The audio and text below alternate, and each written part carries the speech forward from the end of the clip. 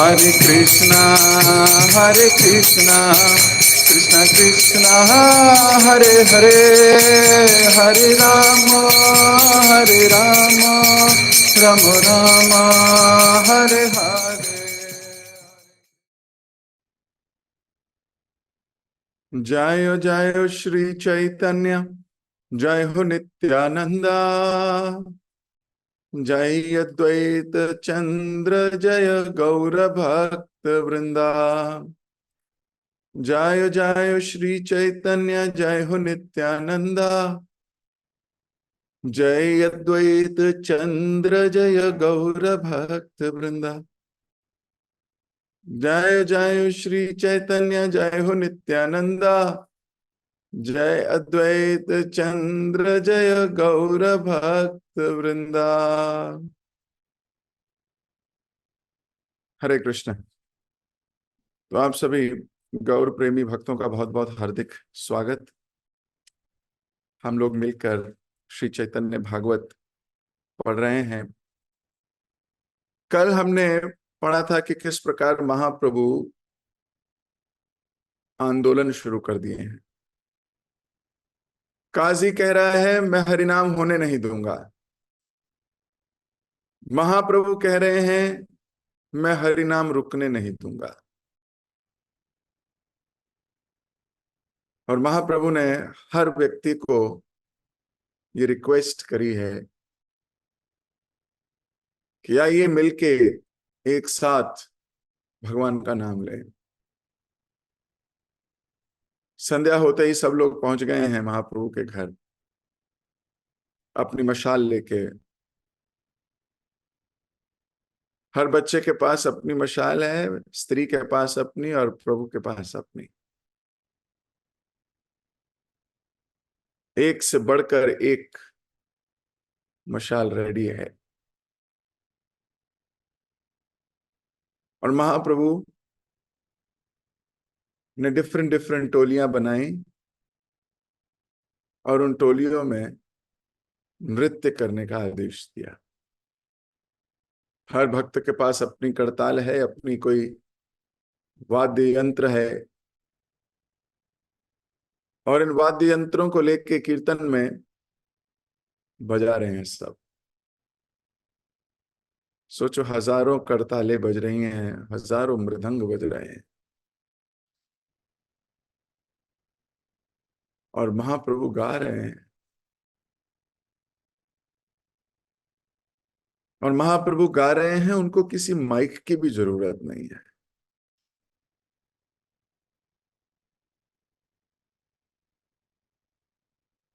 सारे भक्त आनंद में डूबे हुए हैं। वो इतने सुंदर प्रतीत हो रहे हैं कि सबकी आंख हटी नहीं रही उनके चेहरे से। कल वृंदावन दास ठाकुर उनके सुंदर अंग कांति का वर्णन करते हैं और लिखते हैं कि मैं वर्णन कर नहीं सकता, फिर भी ये दुस्साहस कर रहा हूं, क्योंकि भगवान के बारे में, भगवान के रूप के बारे में कुछ चिंतन करना या कुछ देखना और कुछ लिखना, ये त्रुटि हो सकती है।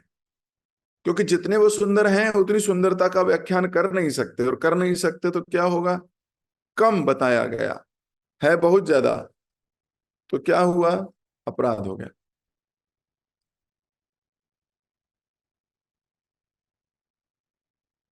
गुण इतने ज्यादा हैं और उनको बोल पा रहे हैं इतने कम।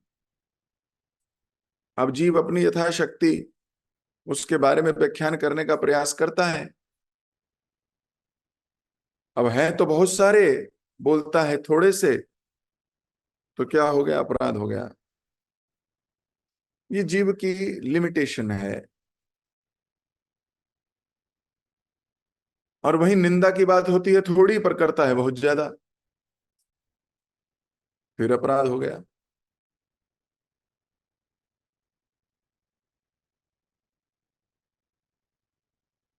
तो गुणगान कम और निंदा ज्यादा, ये एक साधारण जन का एक नॉर्मल नियम है। वो साधारण मनुष्य है, वृंदावन दास ठाकुर बहुत केयरफुल हैं। वो पहले ही क्षमा मांग रहे हैं, बोल रहे मेरा दुस्साहस है। महाप्रभु के तो बहुत गुण हैं और मैं लिख रहा हूं, आप लोग इसे पढ़ोगे, लेकिन जब पढ़ोगे तो ये मानना कि कम लिख पाया, क्योंकि लिखने की भी कोई लिमिटेशंस हैं। तो मैं उनके रूप भाव भंगिमा को मैं ज्यादा प्रकट नहीं कर सकता। बहुत सारी चीजें केवल महसूस की जा सकती हैं, उनको लिखा नहीं जा सकता। भाषा की अपनी कुछ लिमिटेशंस हैं, प्रतिबद्धता है, बंधन है, कुछ भाषा में भी बंधन है। मुक्त कंठ से कहा भी जाए तो भी कंठ में या शब्दों में या शब्दावली में या भाषा में उसकी लिमिटेशंस रहेंगी। इसलिए वृंदावन दास ठाकुर का लिख रहे थे कि ये मेरा दुस्साहस है कि मैं उनके विषय में लिख रहा हूं, क्योंकि मैं जो लिख रहा हूं वो पूर्णता नहीं है, पूर्ण नहीं है, वो लिमिटेशंस हैं उसके अंदर। कितने सुंदर भाव है। हम भी कभी ऐसा कब सोचेंगे कि हम लिमिटेड हैं, हमारी लिमिटेशंस है।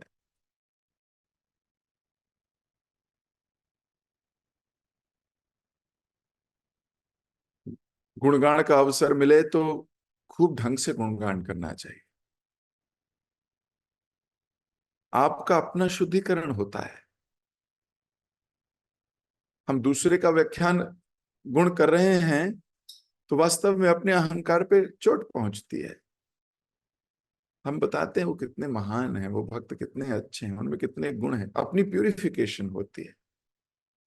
कृष्ण परमात्मा के रूप में बैठ के खुश होते हैं, वेरी नाइस। और वहीं जब हम निंदा करते हैं किसी की, मंथरा बनने का प्रयास करते हैं,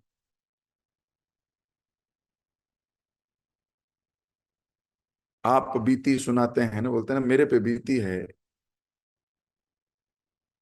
मेरे साथ ऐसा हुआ है, मेरे साथ वैसा हुआ। सामने वाला खैर समझ जाता है कि इसकी भक्ति कमजोर है, तभी ये एक्सेप्ट नहीं कर पा रहा। अगर वो विवेकवान हुआ तो वहां हम क्या करते हैं, अपराध बटोरते हैं, एक और पोटली अपराध की। और जैसे हम गुणगान करते हैं तो जितनी पोटलियां अपराध की रखी हुई हैं वो धीरे धीरे चली जाती हैं। और हर मनुष्य ऐसा करता है, हम एक मनुष्य की बात नहीं करते, हर व्यक्ति से कोई ना कोई अपराध होता है। वो अलग बात है, उन अपराधों के लिए क्षमा याचना करनी चाहिए दिल से। और गुणगान करते वक्त बोलना चाहिए कि मानना भी चाहिए कि मेरे बस की नहीं है गुणगान करना, मैं, मेरे पास वो शब्द नहीं।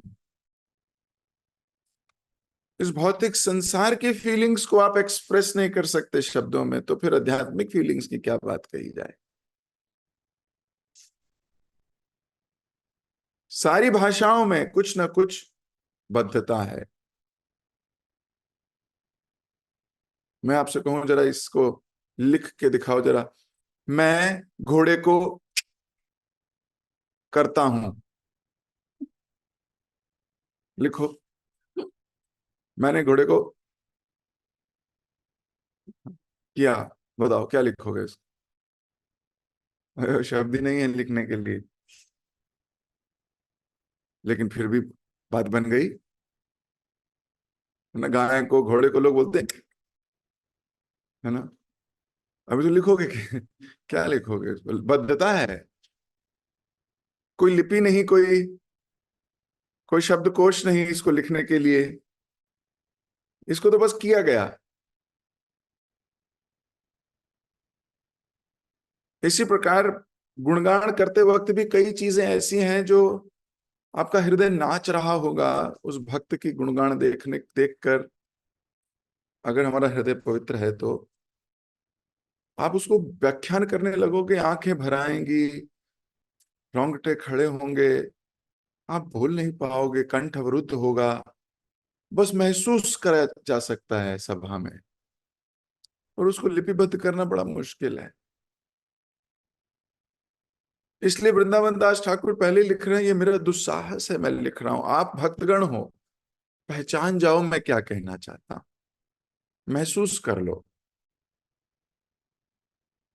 क्या उनकी सुंदरता का वर्णन कर रहे थे, घुंघराले बाल, मालती माला, होठों पर मंद मुस्कुराहट,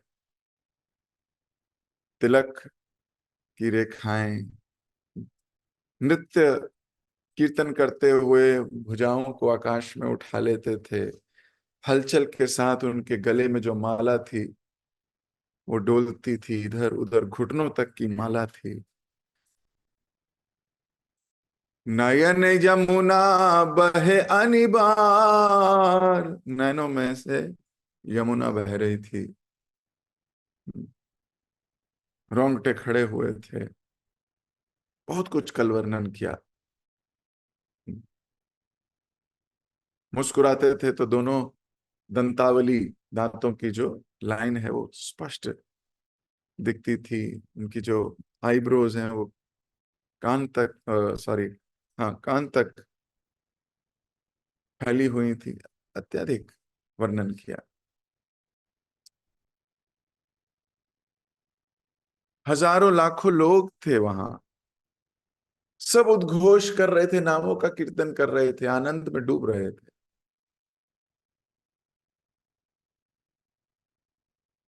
और वो सब किसका कीर्तन कर रहे थे? गौरांग महाप्रभु। वो सब जय गौरांगो, जय गौरांगो। और महाप्रभु हरे कृष्ण महामंत्र का कृष्ण कीर्तन कर रहे थे।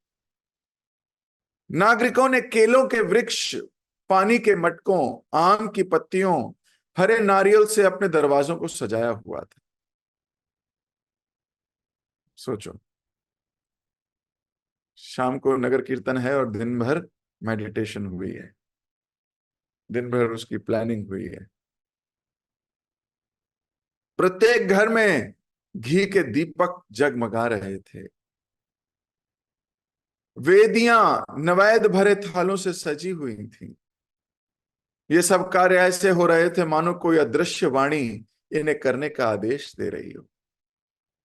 सड़क पर पुरुष, स्त्रियां, बच्चे अपने चारों ओर के जगत से अनजान कीर्तन में मग्न थे। इस प्रकार खुले घरों को देखकर एक चोर ने सोचा, ये तो बहुत अच्छा अवसर है।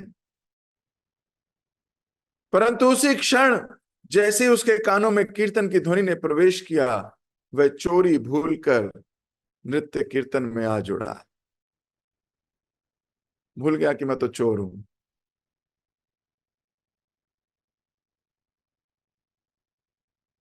इस मूवमेंट में बहुत से लोग अपनी पुरानी आदतों को लेके आते हैं।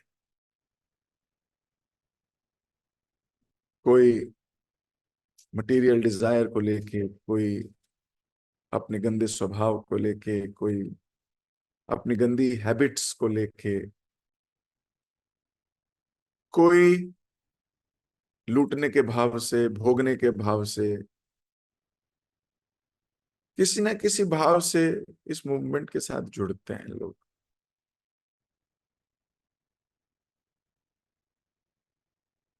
भगवान को पता है आप किस उद्देश्य से जुड़े हो, वो फिर भी अवसर देते हैं पवित्र होने का, रोकते नहीं। वो फिर भी अग्रसर करते हैं कि चलो जप करो, भगवान का नाम लो, ग्रंथों का अध्ययन करो, ग्रंथों को डिस्कशन करो।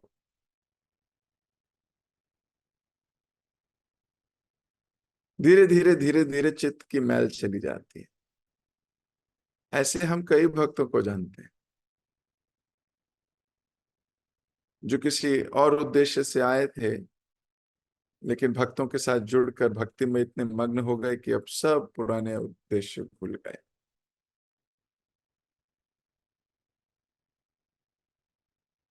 पवित्रता से पवित्र नाम का कीर्तन कर रहे हैं,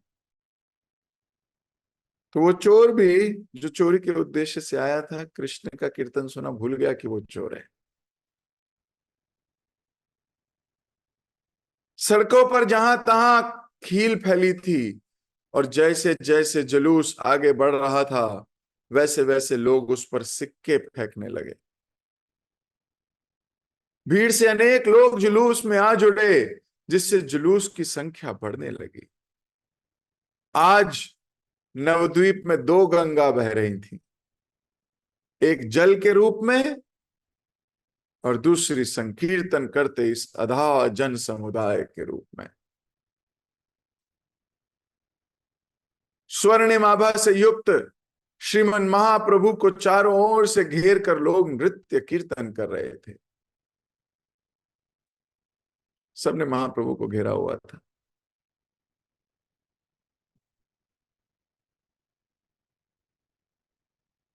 जिन्हें गाना नहीं आता था, आज वह भी मधुर सुरीले स्वर में गाने लगे।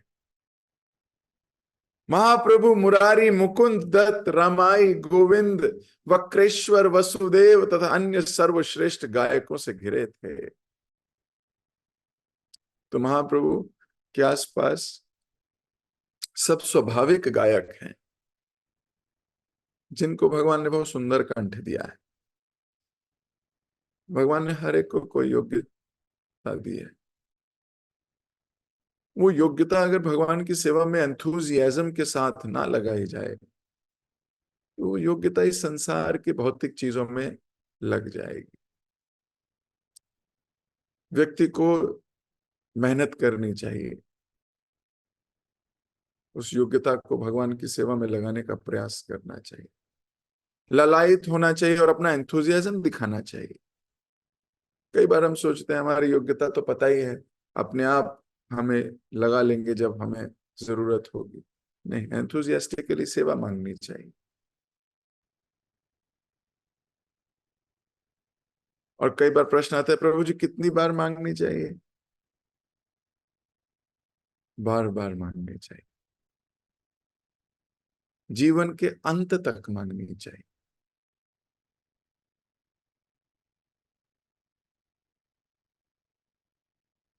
सारे गायक महाप्रभु के आसपास अपने गले से सेवा कर रहे हैं आज। वैसे तो अपने हाथों से, पैरों से, हर जगह से सेवा करते थे ये भक्त। आज महाप्रभु की आज्ञा है गाओ, महाप्रभु की आज्ञा से ये बंधे। और बंधे भी क्या, स्वतः बंधे, ऐसा नहीं कि जबरदस्ती कोई इनको सैलरी मिलती है, स्वतः बंधे। इसीलिए ये मूवमेंट बड़ी पवित्र है। बिन सैलरी, बिना किसी पर्सनल उद्देश्य के, यहां तक कि एप्रिसिएशन के लिए भी नहीं। No recognition required. वैसे तो कहा जाता है अप्रिशिएट द गुडनेस, अप्रिशिएट करनी चाहिए गुडनेस को, पर कितनी बार? कई बार कान हर बार अप्रिसिएशन मांगने लगते हैं, वहां पर रोक देनी चाहिए। We should know when to appreciate, when to stop. A senior knows this. लेकिन जनरल रूल है अप्रिशिएट।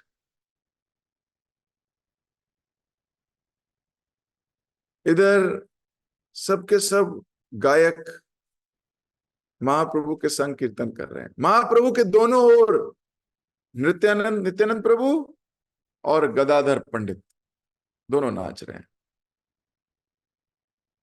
और बीच में महाप्रभु नाच रहे हैं। महाप्रभु के अद्भुत नृत्य को देखकर लोगों के चित्त विस्मय तथा आश्चर्य से भर उठे। अब नित्यानंद प्रभु भी नाच रहे हैं और गदाधर पंडित भी नाच रहे हैं, पर बात हो रही है महाप्रभु के नृत्य की।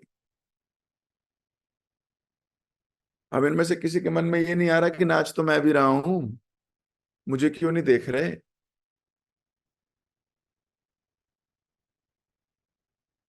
ऐसे दूषित मेंटेलिटी के लोग बहुत करीब रह ही नहीं सकते महाप्रभु के। ऐसे लोग दूर नाच रहे होंगे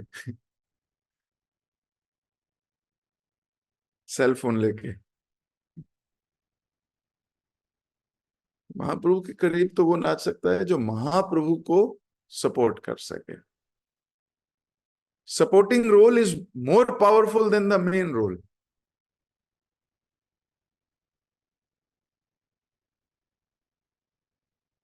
तो गदाधर और नित्यानंद प्रभु को मालूम है, वी आर सपोर्टिंग महाप्रभु।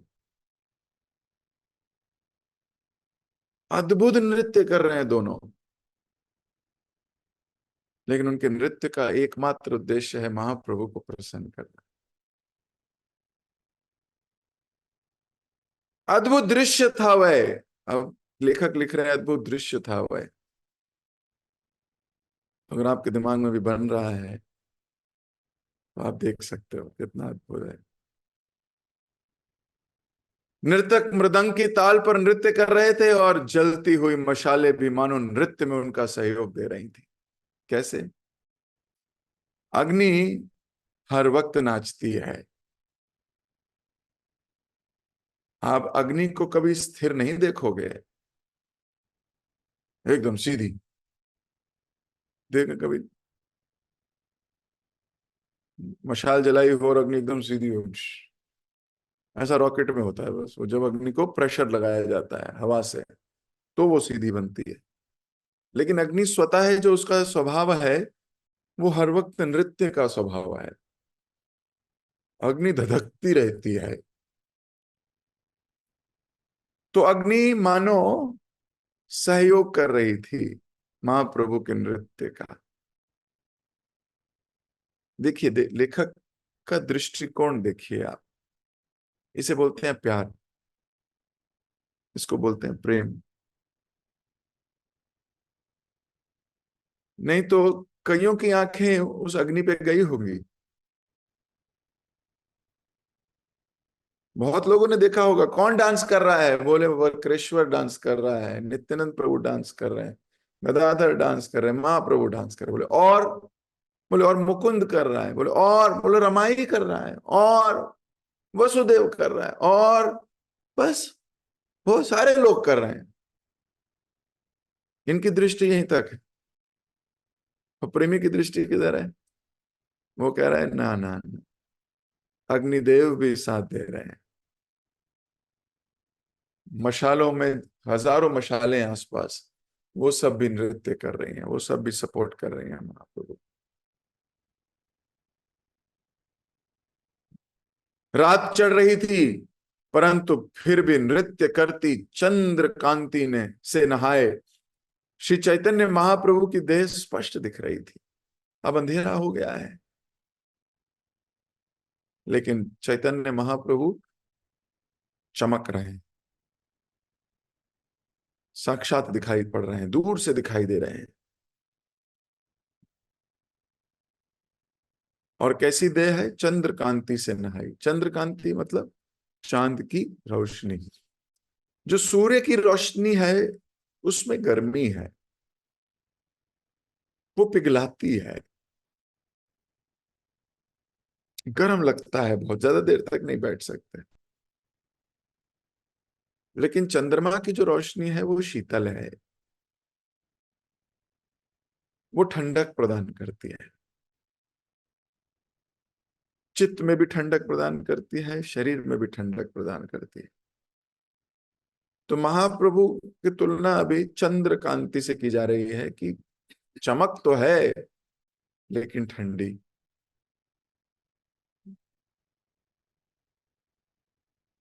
सूर्य को आप आंख से आंख मिला के देख नहीं सकते, देखोगे तो रेटिना प्रॉब्लम हो जाएंगी। डोंट ट्राई, ये दिखाने के लिए कि मैं तो देख सकता हूं, आप ही की आंखें चली जाएंगी। लेकिन चंद्रमा को पूरी रात निहार सकते हो।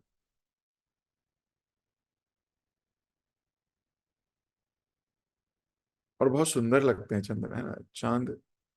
वेरी ठंडक सी महसूस होती है चंद्रमा को देख। तो महाप्रभु को भी देख के बड़ी ठंडक सी महसूस होती है। इसलिए भगवान का नाम है गौर चंद्र, चंद्रमा के समान शीतलता प्रदान करने वाले गौर चंद्र। डोले डोले गौरा चांद, हरि गुण गा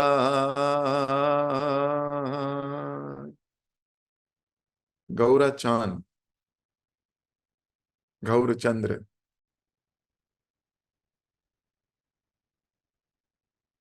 तो सबको दिख रही थी देह, और केवल देह नहीं दिख रही, उनकी देह में जितने भी दिव्य उन्माद हो रहे हैं वो भी दिख रहे हैं। कई बार वे कांपते, कई बार पसीने से लथपथ हो जाते, कई बार उनके शरीर पर रोमांच हो जाता। ऋतु परिवर्तन के समान वे दिव्य लक्षण बदल रहे थे। जैसे जैसे ऋतुएं बदलती हैं, लेकिन इनकी देह में फास्ट हो रही है। एक ही दिन में, एक ही समय में कितनी ऋतुएं बदल गई। कभी बादल आ रहे हैं, कभी रोंगटे खड़े हो रहे हैं। कुछ भक्त अकेले नृत्य कर रहे थे, जबकि अधिकांश भक्त समूह में थे। अब कुछ तो इतने भाव विभोर हो गए थे, उन्हें पता ही नहीं कहां है समूह और कहां समूह नहीं। अनेक लोगों ने एक हाथ में मशाल और दूसरे में तेल का मटका पकड़ा हुआ था, ताकि लाइट कम ना हो जाए। इस अभूतपूर्व संकीर्तन में एक अद्भुत बात हुई। अब लोग बड़े डिटरमाइंड हैं। एक हाथ में मशाल है, एक हाथ में तेल है। रिफ्यूलिंग, पेट्रोल पंप मिले ना मिले, है ना, पेट्रोल नहीं है ये, तेल है। जनरल सरसों का तेल या देसी घी या कोई तेल होगा, तिल का तेल इत्यादि।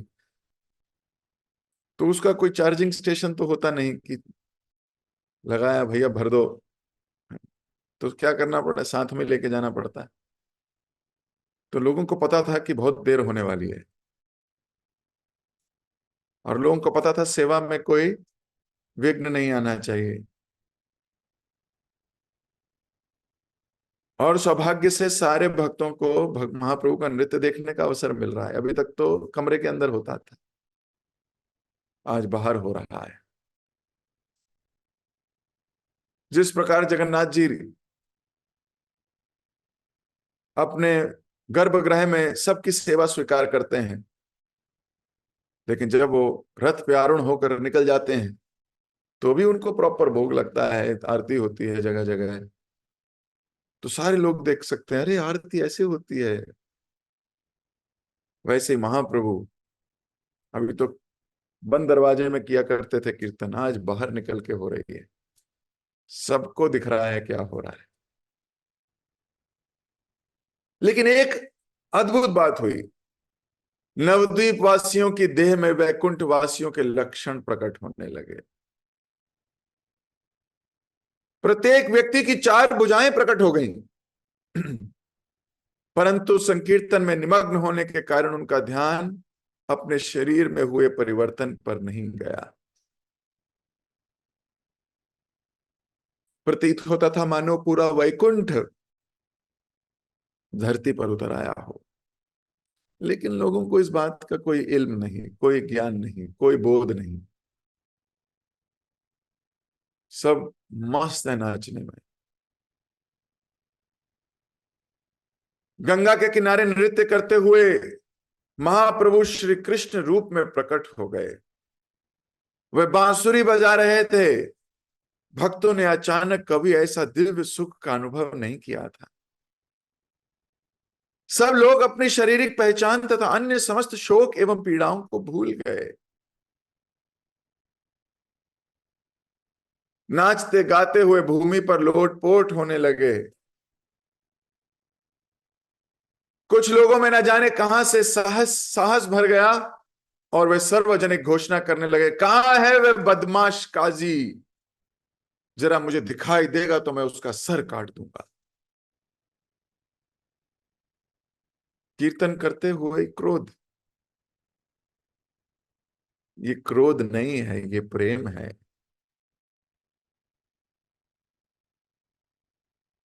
प्रेम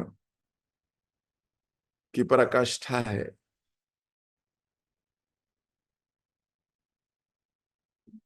क्रोध भक्त द्वेषी जने। जो भक्त से घृणा करता है उस पर क्रोध किया जाना चाहिए। उस वक्त अगर आप अपनी विनम्रता ले आओ तो आप कमजोर हो, and you will not be able to attract Krishna. अभी कुछ भक्त एकदम, क्यों, लोग महाप्रभु से घृणा करते हैं, कीर्तन से घृणा करते हैं, तो उन पे क्रोध आने लगा अभी भक्तों को।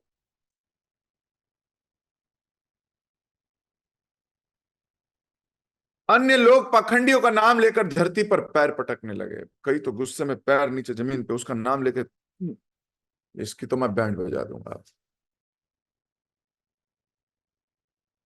आज पहली बार महाप्रभु ने चार दीवारी के बाहर इतने विशाल स्तर पर संकीर्तन किया था। अब कोई सोच सकता है इतना विशाल संकीर्तन हो रहा है, फिर भी देखो ये लोग कितना उसका नाम लेके गाली दे रहे हैं, मतलब नहीं ऐसा तो नहीं करना चाहिए। ऐसा क्यों नहीं करना चाहिए?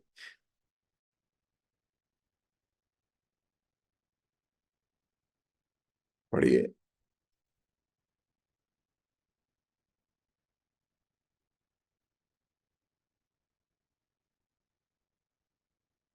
आज पहली बार ऐसा हो रहा है कि महाप्रभु इतना भव्य संकीर्तन कर रहे हैं। और किस लिए कर रहे हैं? इसलिए कर रहे हैं कि कोई रोके नहीं भक्तों को, निंदकों को जवाब मिलेगा, और निंदकों के जो प्रमुख हैं काजी, उसको भी समझ में आए कि भक्तों को भक्ति करने से मत रोको, इस मूवमेंट को मत रोको, इस मूवमेंट की स्पीड स्लो करने का प्रयास मत करो।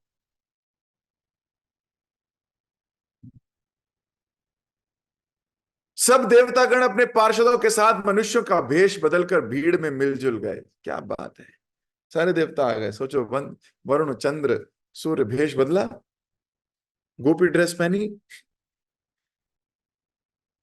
या धोती कुर्ता पहना, अब पहुंच गए वहीं। असंख्य सुसज्जित घरों, बाजारों, चौराहों से गुजरते संकीर्तन को देखकर सबको यही लग रहा था कि नवद्वीप अत्यंत घना तथा ऐश्वर्य युक्त नगर है। प्रतीत होता था अपने अवतार को ध्यान में रखते हुए भगवान ने पहले ही नवद्वीप को असंख्य लोगों से भर दिया था, जिससे वे सब उनके संकीर्तन में भाग ले सके। जिसने भी महाप्रभु के नृत्य को देखा अपनी भावनाओं पर नियंत्रण नहीं रख पाया। पाषाण हृदय लोग भी रोते हुए भूमि पर गिर गए। जिनका हृदय पाषाण पत्थर जैसा है, वो भी इस नगर संकीर्तन में तुमुल ध्वनि से आकर्षित हुआ, उनका हृदय पिघल गया। मैंने देखा है ऐसा पर्सनली। अभी थोड़े समय पहले जब रथ यात्रा हो रही थी, तो भक्त लोग गा रहे थे, भक्त लोग नाच रहे थे, और वो लोग जो कभी भक्तों की को गाली देते हैं, भक्तों की निंदा करते हैं, वो सब भी खड़े होकर रस्सी खींचने का प्रयास कर रहे थे। कभी एक बार भी हरे कृष्ण महामंत्र नहीं लिया जिसने। ऐसे कई लोग हैं जो बोलते हैं क्या माला लटका के घूमते रहते हो, क्या करते रहते हो। मैंने उन लोगों को देखा, भगवान की ऐसी कृपा है, जगन्नाथ जी रथ पे आरूढ़ होके निकल रहे हैं और वो सब प्रयास कर रहे हैं।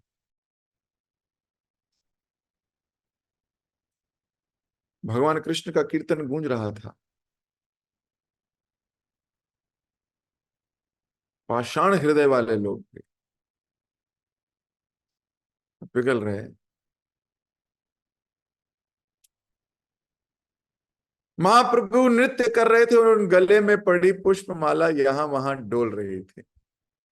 बन फूल माला ही पद डोले, डोल रही थी। सची दुलाला सुंदर बाला, नाचत श्री हरि कीर्तन में, सुंदर बाला सचित दुलाला, नाचत श्री हरि कीर्तन में। कीर्तन में नाच रहे हैं महाप्रभु, बहुत सुंदर है। उनकी सुंदरता को देख के मानो लोगों की सांसें थम गई। आपकी थमी है कभी ना?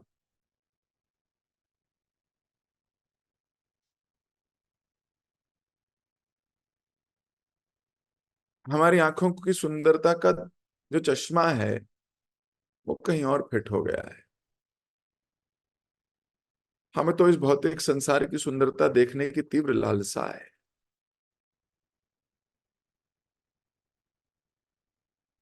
जब ये तीव्र लालसा भौतिक संसार से हट जाएगी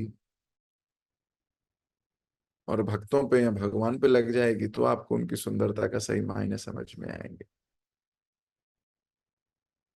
व्यक्ति सुंदर अपने शारीरिक कांति से नहीं होता, अपनी आंखों के रंग से भी नहीं होता, अपने बालों के टेक्सचर से भी नहीं होता, अपने स्किन के कलर से भी नहीं होता, अपनी हाइट से भी नहीं होता, अपने मोटापे या अपने पतलेपन से भी नहीं होता।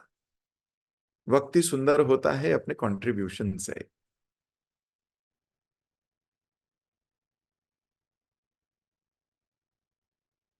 चाहे उसकी शारीरिक कांति कैसी भी रही हो, लेकिन समाज के लिए, जग के लिए उसने कितना सेक्रीफाइस किया है, कितना सेक्रीफाइस कर रहा है, व्यक्ति उससे सुंदर बनता है।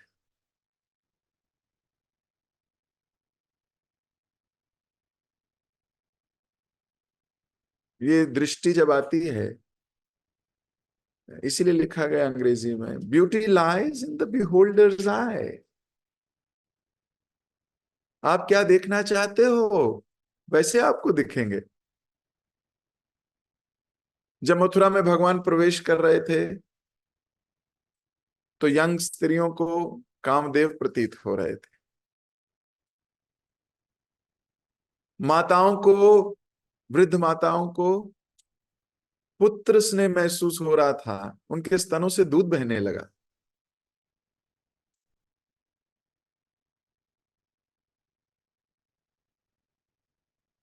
गोपजनों ने या मथुरा वासियों ने, जब पुरुषों ने देखा तो पितृत्व भाव जागृत हो गया।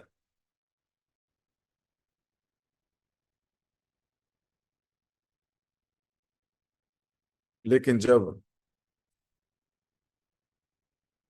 कंस प्रेमी जनों ने देखा तो उनको साक्षात काल प्रतीत हो रहे थे। तो कृष्ण तो एक ही हैं। हम सब अपनी सेल्फिश या सेल्फ प्रोसेस से लोगों को देखते हैं या कृष्ण को देखते हैं। हमें वो कैसे प्रतीत होते हैं?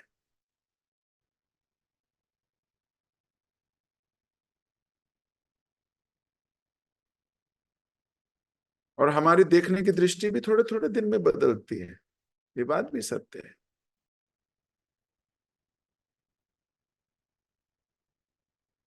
लेकिन स्थित प्रज्ञ अगर हम हो गए,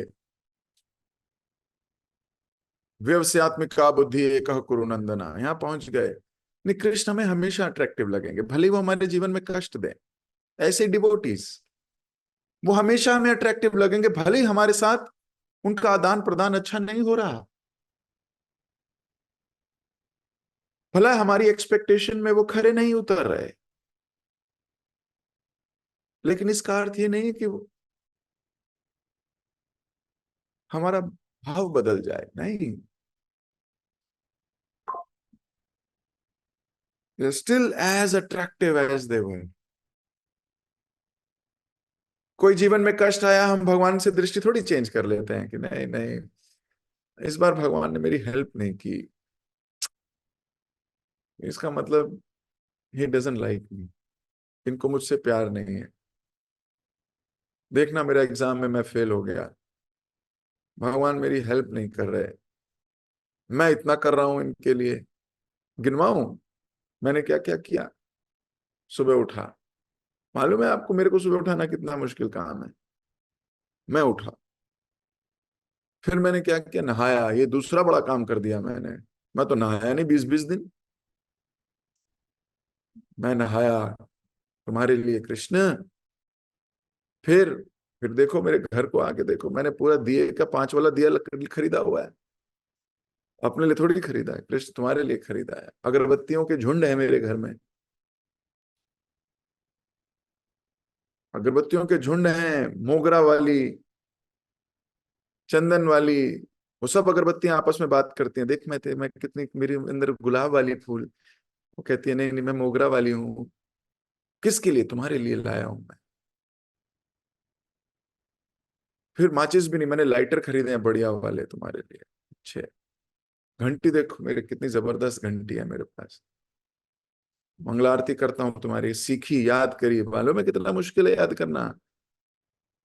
बचपन में एक हिंदी का श्लोक, अगर संस्कृत का श्लोक याद नहीं करता था मैं, कृष्ण तुम्हारे लिए याद किया मैंने। पूरी मंगला आरती की। फिर जब करता हूँ, फिर क्लास में आके बैठ जाता हूँ, किसके लिए कर रहा हूँ? आपके लिए कर रहा हूँ। और एग्जाम में फेल हो गया मैं, ये तो अच्छी बात नहीं है। कृष्ण, आपको ग्रेटिट्यूड होना चाहिए मेरे प्रति। आपको मेरे प्रति ग्रेटिट्यूड आना चाहिए कि मैंने कितना सहयोग किया आपका।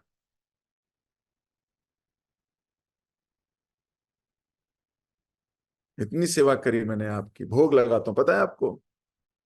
बीवी को भक्त बनाना कितना मुश्किल था, मालूम है तुमको? लेकिन मैंने किया।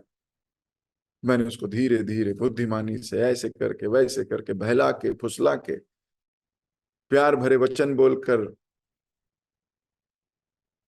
वो भोग लगाती है आपका। सोचो कि आप जरा गिनते रहो, अभी तो शुरुआत हुई है Krishna. You should be grateful to मी।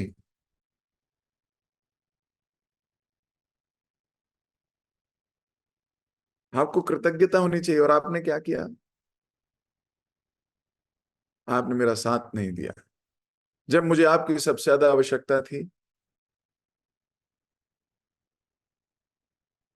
मैं आपके भरोसे गया था और मैंने सोचा था आसपास वाले चीटिंग करा देंगे मेरे को, मैं एग्जाम में पास हो जाऊंगा। आपने मेरे आसपास कोई रखा ही नहीं।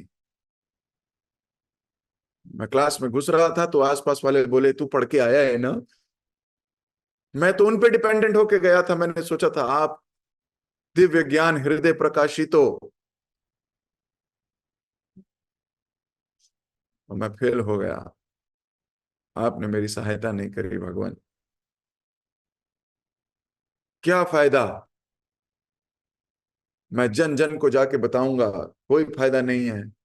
देखो मेरे को भगवान ने इग्नोर किया है। देखो मेरे को, है ना, पूरे समाज में बता दिया ये फेल हो गया, बेइज्जती हुई मेरी समाज में। और मैंने क्या क्या नहीं किया। कई साल से कर रहा हूं।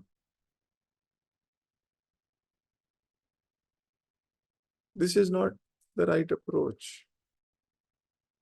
कृष्ण मारा भी, कृष्ण रखा भी। भक्त कभी, भक्त का मूड नहीं बदलता, ही इज ऑलवेज से। ये बात बहुत गहरी है। अपनाएंगे तो हमारा ही फायदा है। कई बार मन विचलित होगा, हम शुद्ध तो नहीं हुए अभी। कई बार मन दूषित होगा, तमोगुण हावी हो जाएगा, कभी रजोगुण हावी हो जाएगा।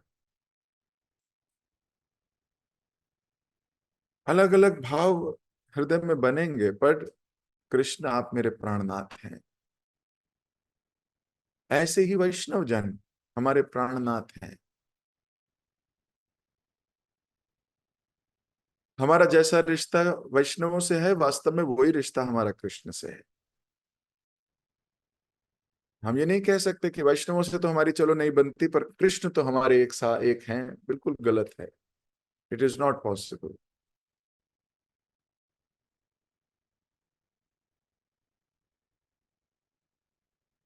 इसको बड़ा, we have to have consistent mindset. भगवान चाहे हमारे जीवन में कष्ट लाएं, भगवान चाहे हमारे जीवन में कुछ भी लाएं, हम भगवान के दास हैं। हम भगवान की पूरी तरह भूरी भूरी प्रशंसा करेंगे हर परिस्थिति में। भगवान भक्तों के जीवन में कष्ट देते हैं ताकि उनका प्रेम उजागर हो सके संसार को। देखो, तब भी ही सो ग्रेट। तो मैं अपनी वाणी को दे रहा हूं विराम, काफी समय हो गया। जगत गुरु श्रील प्रभुपाद के जय, श्री चैतन्य भागवत की जय। आप सबसे मुलाकात होगी अगली क्लास में। हरे कृष्णा। किसी भक्त का कोई प्रश्न है तो I will take one question, we don't have time. हाँ जी, नीतू माता जी प्लीज बताइए। हरे कृष्णा प्रभु जी नाम, sorry Prabhu ji video on नहीं कर पाऊंगी। No problem. प्रभु जी मेरा क्वेश्चन नहीं है, प्रभु जी मेरी रियलाइजेशन है। थैंक यू सो मच प्रभु जी। जैसे कल से महाप्रभु का जो इतना सुंदर सुंदर वर्णन हो रहा है प्रभु जी, और आपके मुख से तो प्रभु जी हम जो मतलब आप जो लीलाओं को प्रभु जी बता रहे हैं ना, उसके अंदर हम मतलब मन बिल्कुल साक्षात प्रवेश कर जाता है। जगन्नाथ जी की यात्रा देख रहे हैं प्रभु जी, वो भी बिल्कुल ऐसा लगता है कि साक्षात जगन्नाथ जी मतलब आगे। और लेकिन प्रभु जी अब चैतन्य महाप्रभु की जो लीला चल रही है प्रभु जी, मन वहीं पहुंच जाता है, ऐसा लगता है कि सारा कुछ हमारे सामने हो रहा है। तो प्रभु जी थैंक यू सो मच, आप इतने अच्छे से हमको सुना रहे हैं कथा, और हम श्रवण कर पा रहे हैं। अगर मतलब थोड़ा सा भी अंश मात्र मतलब हम भगवान की सेवा में लग पाए तो मतलब शायद कुछ ये हमारे बहुत अच्छे पुण्य कर्मी होंगे जो हम मतलब भगवान को सर्व मतलब कर पाएंगे अपने आप को। थैंक यू सो मच प्रभु जी। हरे कृष्णा धन्य नाम। हरे कृष्णा। जगत गुरु श्रील प्रभुपाद की जय। तो प्रभुपाद जी की कृपा है। प्रभुपाद जी के भक्तों ने इतने सुंदर अनुवाद कर दिए ग्रंथों का, मैं तो पढ़ रहा हूं मात्र। तो पढ़ने मात्र से लीला स्फूर्ति हो रही है। So all glories to Srila Prabhupada. Siddheshwari माता जी।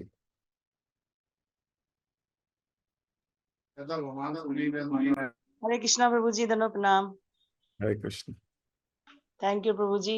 नीतू माता जी ने मेरे मुंह की बात छीन ली और उन्होंने आपको बता दी। ऐसा लग रहा है प्रभु जी, जो जो दुनिया का मतलब सर्वश्रेष्ठ कार्य है, भगवान के नाम से दिन की शुरुआत हो रही है।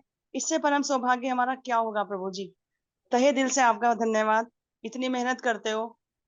चैतन्य भागवत आप अपने आप भी रीड कर सकते हो और कर भी चुके होंगे, लेकिन हमारी भक्ति बढ़ाने के लिए, हमारा भगवान से परिचय कराने के लिए मतलब कितनी मेहनत आप कर रहे हो। बहुत बहुत धन्यवाद प्रभु जी। और चैतन्य महाप्रभु के नृत्य की बात आप कर रहे थे। अब हम उनका साक्षात नृत्य तो नहीं देख पाएंगे, लेकिन मेरी एक डिजायर है प्रभु जी, मेरे इस संसार से जाने से पहले प्लीज हमें जगन्नाथपुरी और मायापुर धाम ले चलो। ये मेरी हम्बल रिक्वेस्ट है प्रभु जी। जय जय जय। वैष्णव इच्छा पूरी होए। वैष्णव इच्छा पूर्ण होए। आपने इच्छा करी है, कृष्ण जरूर इसको पूरा करेंगे। भगवान से प्रार्थना और करेंगे। हम प्लान इसके ऊपर जल्दी ही प्लान करेंगे, जल्दी बनाते हैं इसका भी एक एक अद्भुत यात्रा तैयार करते हैं। ठीक है। हरे कृष्ण। जगत गुरु श्रील प्रभुपाद की जय।